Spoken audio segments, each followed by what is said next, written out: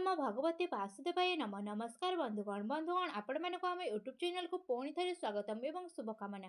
बंधुगण आज भिडियो मु आपण कहवाक जाऊँगी कि आगामी यही 2 दिन अर्थात अर्थात फेब्रुआरी मासर 21 एवं 22 तारिखर दिन आपण मानकर किपरि भाबरे साब्यस्त हेब आपण माने एही 2 दिन को किपरि भाबरे प्लानिंग करिवे एवं केउं केउं जिनिसरे आपण मानकु सावधानता अवलंबन करिवा पई कि न पड़िबो केउं केउं जिनिसरे आपण मानकु फायदा मिलिबो आपण मानकर लव लाइन स्थिति किपरि भाबरे रहइबो बिजनेस किपरि भाबरे रहइबो क्यारियर एवं व्यापार मध्य किपरि भाबरे रहइबो ता सहित आपण मानक स्वास्थ्यर किछि महत्वपूर्ण इनफॉरमेशन मध्य मु आपण मानकु देबी।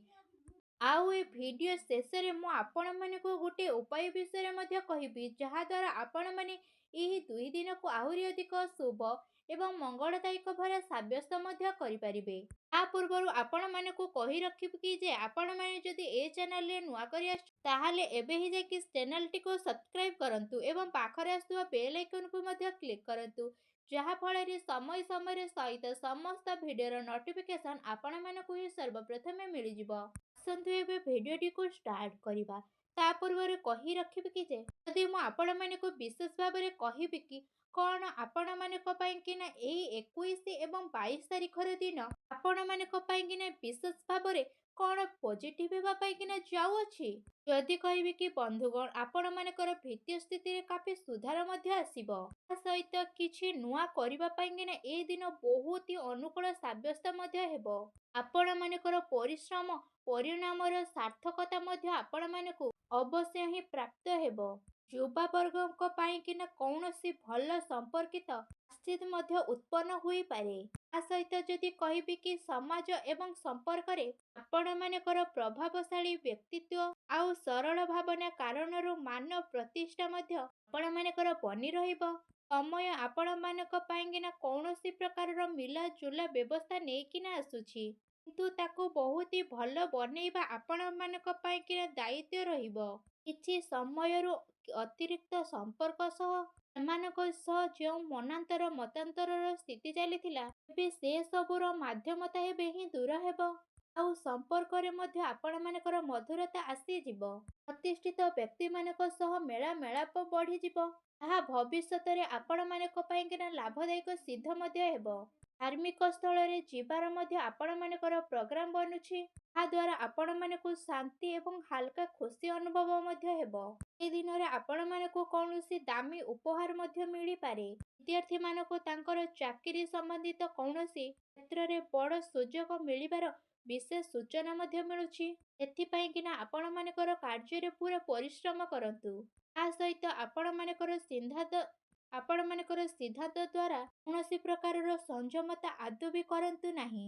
ପ୍ରତିଭାଶାଳୀ ଏବଂ ପ୍ରଭାବମାନ ବ୍ୟକ୍ତିମାନଙ୍କ ସହ ଅଧିକରୁ ଅଧିକ ଟାଇମ୍ ବ୍ୟତୀତ ମଧ୍ୟ କରନ୍ତୁ ଫଳରେ ଆପଣମାନଙ୍କର ଆତ୍ମବଳ ଏବଂ ଆତ୍ମବିଶ୍ୱାସ ବହୁତ ହି ଭଲ ରହିବ। ତା ସହିତ ଆପଣମାନଙ୍କର ନକାରାତ୍ମକ ବିଶ୍ୱାସ ମଧ୍ୟ ଦୂର ହେବ। ଭାଗ୍ୟଠାରୁ ଅଧିକ ଆପଣମାନେ ଆପଣମାନଙ୍କର କର୍ମ ଉପରେ ବିଶ୍ୱାସ କରିବେ। ଦିନ ଆପଣମାନଙ୍କ ପାଇଁକିନା ଏ ଦିନରେ ବହୁତ ହି ଭଲ ରହିବ।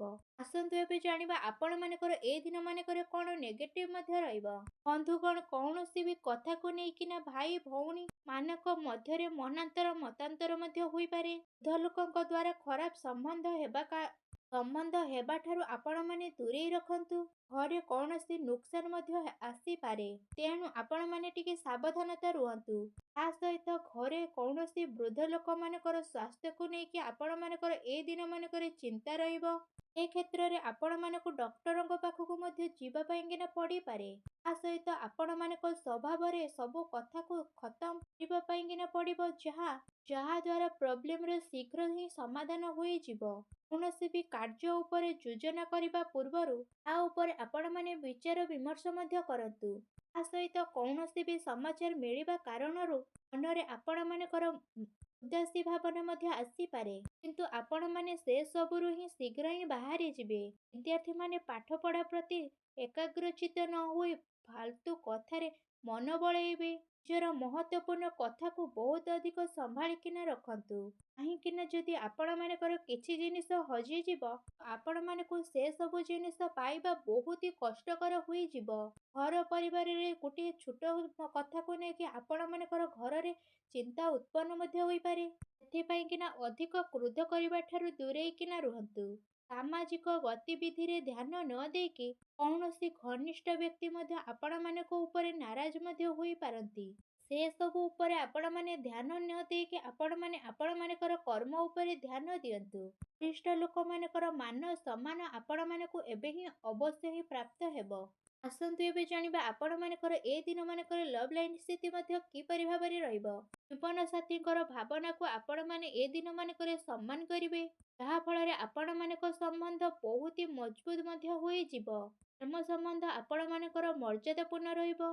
କୌଣସି ବିପରୀତ ଲିଙ୍ଗ ମିଶିବା କାରଣରୁ ଆପଣମାନଙ୍କୁ ଅଚାନକ ପ୍ରସନ୍ନତା ମଧ୍ୟ ଅନୁଭବ ହେବ।